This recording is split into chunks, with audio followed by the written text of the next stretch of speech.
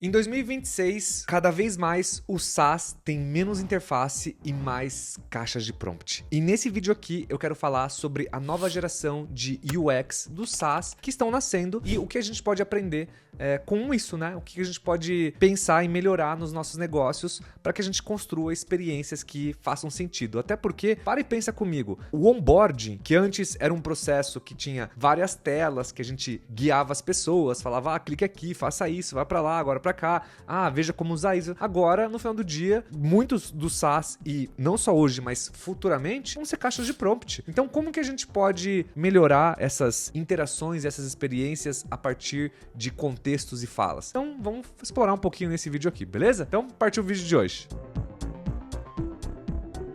Bom, se você é novo aqui no meu canal, eu sou o Bruno Okamoto e aqui no meu canal eu falo muito sobre SaaS, sobre micro SaaS, sobre startups no geral, empreendedorismo, adoro falar de tecnologia e eu quero fazer um react aqui de certa forma nesse vídeo para analisar um pouco de uma newsletter aqui de um empreendedor, né, chamado Kyle Poyer. Eu já falei muito desse cara aqui, então se você não conhece o Kyle ele era um VC, né, ele investia em empresas de tecnologia e aí o cara, ele se focou muito em estudar sobre go-to-market, sobre SaaS, sobre precificação, e aí ele decidiu largar o fundo dele para empreender e virar um full-time content creator, né? Então ele virou um criador de conteúdo full-time aí. Então ele fala muito, ele tem muitos conteúdos bacanas em inglês e eu gosto de analisar os conteúdos dele, já analisei vários aqui. Então vamos analisar esse conteúdo aqui que foi feito por um parceiro dele chamado Yakov Karno, né? Sobre o The New UX Era. Então assim, esse vídeo eu vou ler aqui a newsletter dele e eu vou fazendo as minhas anotações, eu também vou dando aqui os meus insights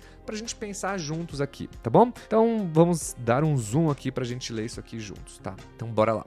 Então assim, o que aconteceu é que ele disse que é o seguinte, né? Ele, nessa newsletter, ele mapeou mais de 40 empresas de IA que usam a jornada como prompt, né? Então empresas como Canva, Notion, Vercel, Lovable, Airtable. Então o que ele fez foi que ele mapeou, né? Então desde da landing page da pessoa, do momento que ela se cadastra e tudo mais, até o first value moment, né? Então até o momento que a pessoa tem um primeiro valor recebido, que é o que eu falo aqui nos conteúdos, que na verdade não fui eu que cunhei esse termo, mas é o aha moment, né? Que é aquele momento que o usuário, ele encontra o que ele está buscando no seu software, né? Aquela experiência. Então, ele diz que essa barra de prompt, ela é uma ilusão, né? Esse de pergunte qualquer coisa. O problema é que poucos usuários sabem o que perguntar. E a ironia que ele diz é que essa é a nova interface do SaaS modernos, né? Que todo mundo tem a mesma interface, mas o caminho para cada usuário e para a geração de valor nunca foi mais fragmentado na história como está sendo hoje. Olha que curioso, né? Então, se você olhar aqui, né, praticamente toda caixa de prompt, todo o site aqui virou uma grande caixa de prompt, né? Engraçado, até porque no meu SaaS, no MGM, eu também coloquei uma caixa de prompt, mas a gente foi para um caminho de não deixar tão aberto para o usuário. A gente fez ela híbrida, né? Então eu coloquei uma IA integrada para ele falar com os dados dos grupos dele, mas ao mesmo tempo eu também guio o usuário porque eu sinto que também tem essa questão de que o usuário vai se perder, porque o usuário não sabe o que perguntar para a IA, né? Mas vamos lá, então. Então, vamos falar primeiro desse primeiro ponto que ele fala aqui, que é o mito do valor instantâneo, né? Então ele diz que todo mundo que está construindo produtos de IA sabe a verdade, que essa caixa de prompt, né, essa interface de caixa de prompt, ela é tanto mágica como ela eu não sei traduzir essa palavra, maddening, que ela deixa a gente bravo, que ela é chata, é difícil, né? Então ele diz que é uma ilusão de esforço, né, escondido sobre quanta fricção tem dentro dessa caixa de prompt para o valor gerado, porque os usuários não sabem o que gerar, né? Não sabem o que escrever. Então ele falou assim, pensa sobre isso, né? Então o fluxo bem desenhado do onboarding tradicional, ele normalmente guia o usuário em determinados contextos, né? Quem é você, que problema você está tentando resolver, que dados você precisa conectar. Mas agora o mesmo contexto tem que ser capturado pela experiência por si só. Então o desafio agora é como você captura um contexto passivo, né, de forma passiva, por trás dos bastidores, ou você pergunta as questões clássicas de profiling, né, mas com mais claridade, transparência e propósito, né? Então a verdade é que não é sobre ser um ou sobre ser outro, mas é ser o melhor dos dois mundos, né? Então você pergunta o que realmente importa, né? você interfere aonde é necessário interferir e você usa cada interação dentro e fora da caixa de prompt para guiar o usuário em direção ao sucesso, né? Então, o que ele diz aqui é que a conversa por si só com a caixa de prompt é agora o próprio onboarding. Então, o prompt, né, a caixa de prompt, ele é o setup, né? Ele é a configuração da ação que normalmente leva a pessoa para o momento de geração de valor, tudo ao mesmo tempo. Então, você tem o onboarding, a configuração, plugar tudo, fazer tudo de uma vez, gerar esse aha moment, tudo acontecendo ao mesmo tempo, né? Então, o que acontece é que ativação, por exemplo, não pode ser tratado mais como algo depois do sign-up, né? Então, ele tem que acontecer imediatamente e continuamente em cada prompt, em cada resposta, em cada adaptação do sistema ao longo do caminho, tá? Então, a primeira coisa que ele fala assim é da ativação do prompt para o hábito, né? Então, antes dele mergulhar no framework, né, e ele dá exemplos aqui, ele diz que é importante a gente ter conhecimento de uma coisa, né? Que ele diz que todo produto é diferente, então a ativação de cada produto é diferente. Então, o que ele diz aqui é que os padrões que eles estão explorando, eles são específicos para produtos de IA que são focados nesse Prompt Driven Experience, né? Então, que é um SaaS focado em geração de experiência por prompt, né? Então, são ferramentas que o usuário ele adiciona, né? Ele insere o comando dele, né? O prompt, para ele chegar nesse valor. Mas não significa que todo SaaS deveria usar esse modelo. Ele diz que, apesar de que todos os modelos de onboarding precisam ser feitos customizadamente, né? De forma customizada para um produto, para aquela audiência daquele produto e para cada caso de uso de caso específico, né? A ativação certa depende do job, né? Do trabalho que o seu produto está resolvendo, tá? Então vamos pular aqui um pouco, né? Então, ele diz assim, por exemplo, se o seu onboarding não é mais uma série de fotos, mas uma simples linha de texto, então a ativação por si só tem que envolver, porque a gente não guia mais os usuários nos passos clássicos, nós estamos guiando eles em loops, né? Em voltas. O usuário fica sempre dando volta dentro da caixa de prompt, né? Então aqui ele cita um exemplo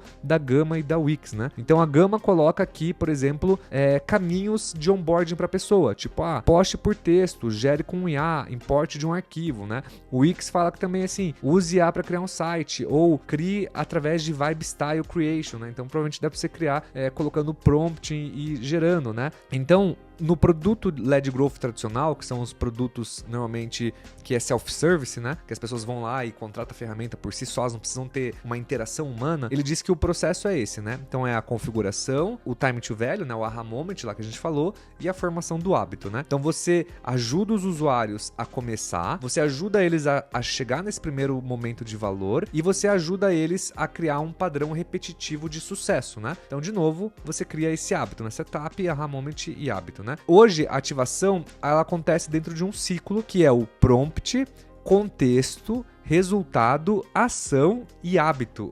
Caramba, né?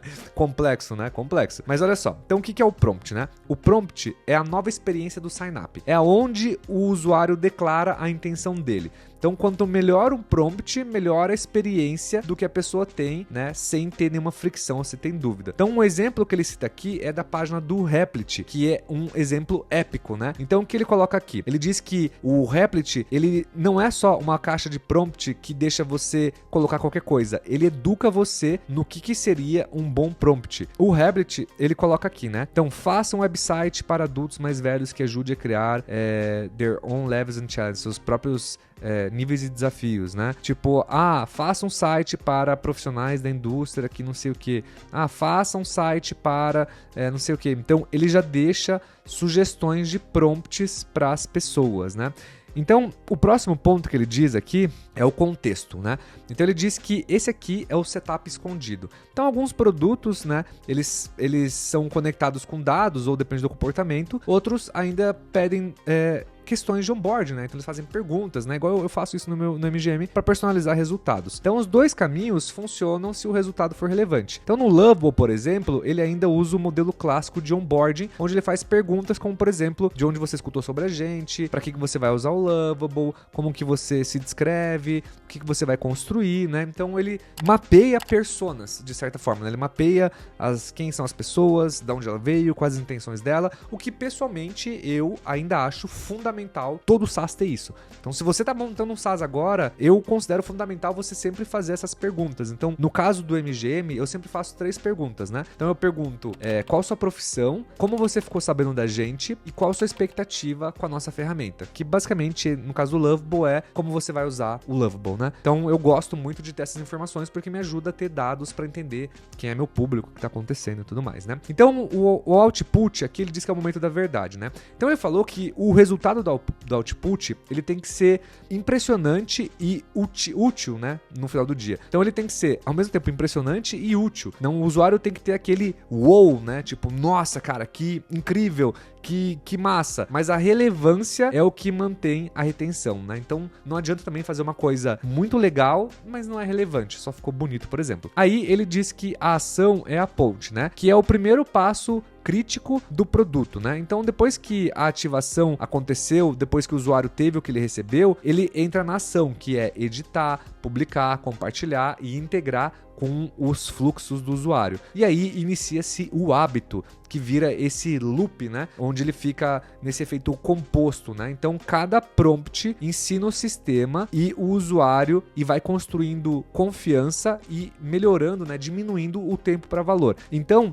na visão dele, os usuários ainda têm que atingir o valor rápido para eles voltarem. E o Core Activation, né? Então, a métrica de ativação Core, então, o que o SaaS, né, tem que medir como Core ainda é o Time to Value. Então, aqui eu quero só dar um comentário, assim, né? Pra gente só refletir sobre a importância do tempo para valor. Então, se você tem um SaaS e você não sabe ainda qual é o seu tempo para valor ou qual é a sua principal proposta de valor, eu recomendo que você dê um passo para trás e pense um pouco sobre isso. Então, vamos pegar um exemplo aqui. Você tem uma ferramenta de agentes de IA para, sei lá, agendamentos para dentista, né? Você tem uma ferramenta de agendamento para dentista. Então, as pessoas recebem as mensagens no WhatsApp e a IA vai lá e fica agendando, né? Então, qual é o tempo para valor do dentista que contratou essa ferramenta? O tempo para valor é o momento que o dentista construiu, ele implementou a ferramenta e ele teve o primeiro agendamento feito. Então ele percebeu que a ferramenta funciona e funciona rápido. Então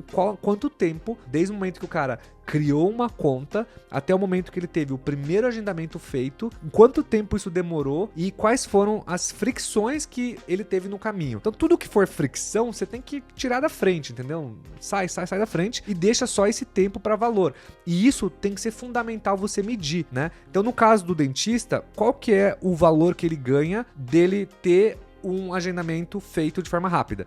Então, quais são o wow moment nele, né? Qual que é o momento que ele fala, uau, isso aqui funciona mesmo? É quando ele vê que a IA respondeu a pessoa, não alucinou, não viajou na maionese e realmente agendou um negócio e ela trabalha 24/7 e ela é muito mais rápida, ela é muito mais precisa. Então, quando ele vai percebendo isso, ele vai construindo essa relação com a ferramenta de confiança e vai criando esse loop, né? Que é o que eles chamam aqui dentro, né? Que é o hábito, né? Então, no caso, o que a gente tem que fazer é sempre medir em quanto tempo e quais são esses momentos de geração de valor. Então, no caso, ele tem esse momento onde ele agendou a primeira consulta, ele vai ter um agendamento na hora que ele for pagar a conta, que ele viu que, nossa, eu faturei 100 mil e gastei milão com essa ferramenta. Então, ele vai ter vários momentos de aha moment, né, de tempo para valor que você tem que medir. Mas o primeiro é o mais importante de todos, né, que é o que faz acontecer a máquina, né? É o que faz o cara ter essa primeira impressão positiva, né? Uma rápida pausa para falar sobre o patrocinador do vídeo de hoje. Prometo que é bem rapidinho, olha só. Se você vende para infoprodutores ou você vende para pessoas que usam gateways de pagamento de infoprodutos, como por exemplo a Eduz, que inclusive é a patrocinadora do vídeo de hoje,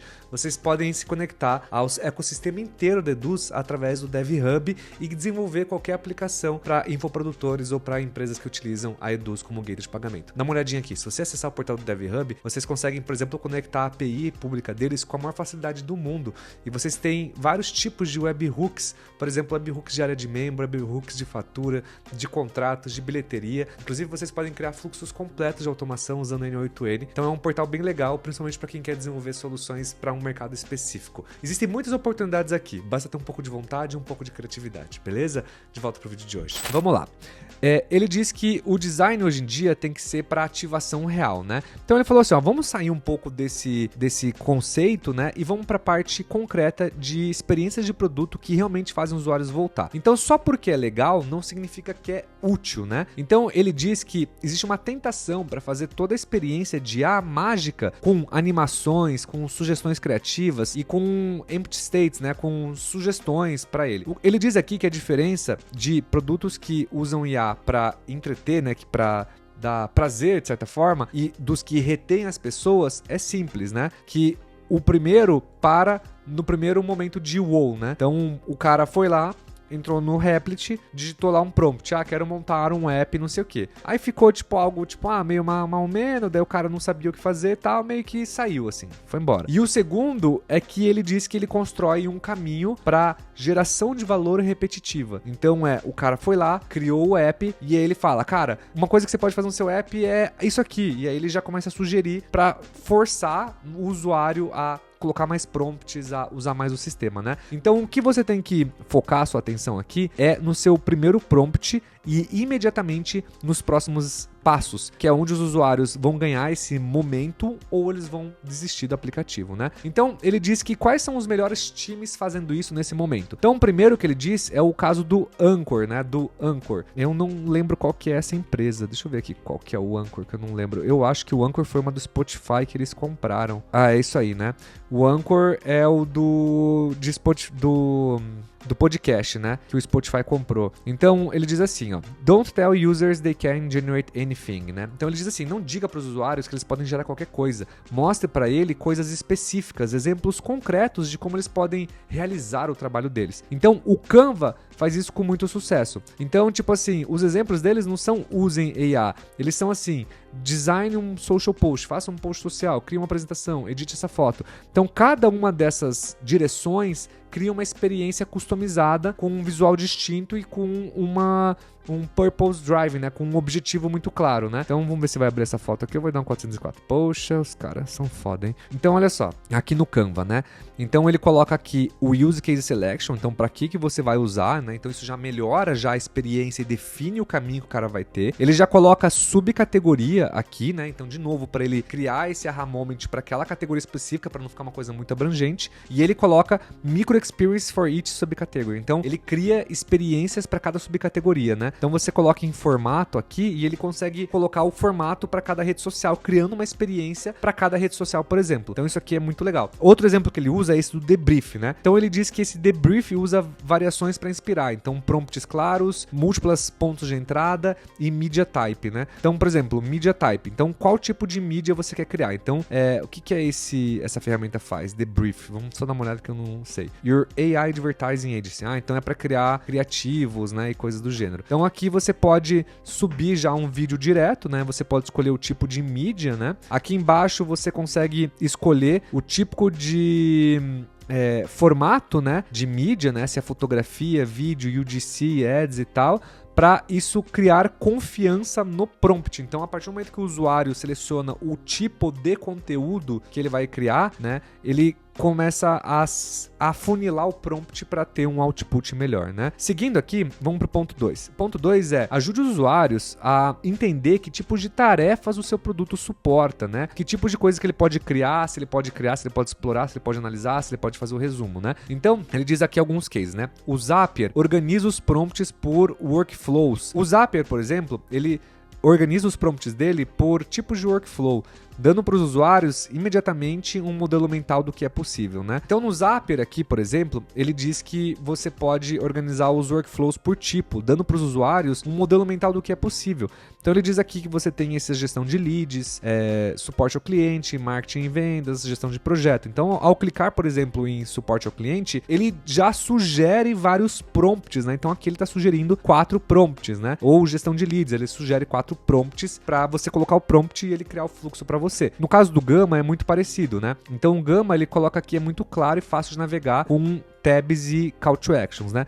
Então ele coloca aqui, tipo, tab like CTA, né? Então ele diz aqui que você tem CTAs que parecem abas do navegador, que você escolhe aqui e ele já já sugere exemplos de prompt, né? Então, como você pode ver, de novo, eles educam os usuários para eles terem sempre a melhor experiência e tudo mais, né? Ele diz aqui que o terceiro passo é você criar as funcionalidades, as funções muito claro, muito simples, né? Então ele diz que diferentes experiências de AI servem para diferentes propósitos. Algumas são para construir, algumas são para assistir, algumas são copilotos. E que a UI, né, a interface deve fazer essa distinção óbvia. Então ele diz aqui que o Notion acerta muito bem isso aqui, porque o Notion ele tem um misto, né, de texto, CTAs, exemplos, etc, né? Então aqui, de novo, ele deixou aqui um exemplo, né? Então você tem aqui vários CTAs aqui para você colocar, você tem aqui uma gama de ferramentas que você pode conectar, que o usuário já pode ver, e você tem aqui um Get Started, né, de comece, então para já dar exemplos concretos de como ele pode fazer, né? Então como você pode criar um prompt aqui, então ele coloca aqui, né? O próximo é esse Mind Trip, né? Que ele diz que eles colocam basicamente um prompt de texto que é What can I ask Mind Trip? Então o onboarding do cara é uma pergunta de como ele pode usar a ferramenta, que de certa forma também é legal. Na minha visão, não tão legal, eu ainda prefiro os cliques e tal, até porque é uma etapa a mais até o usuário descobrir como usar a ferramenta, de certa forma. Então, eu pessoalmente gosto mais do estilo de Notion, do Gamma e tal. Mas beleza, assim, esse é um dos modelos, né? O Airtable.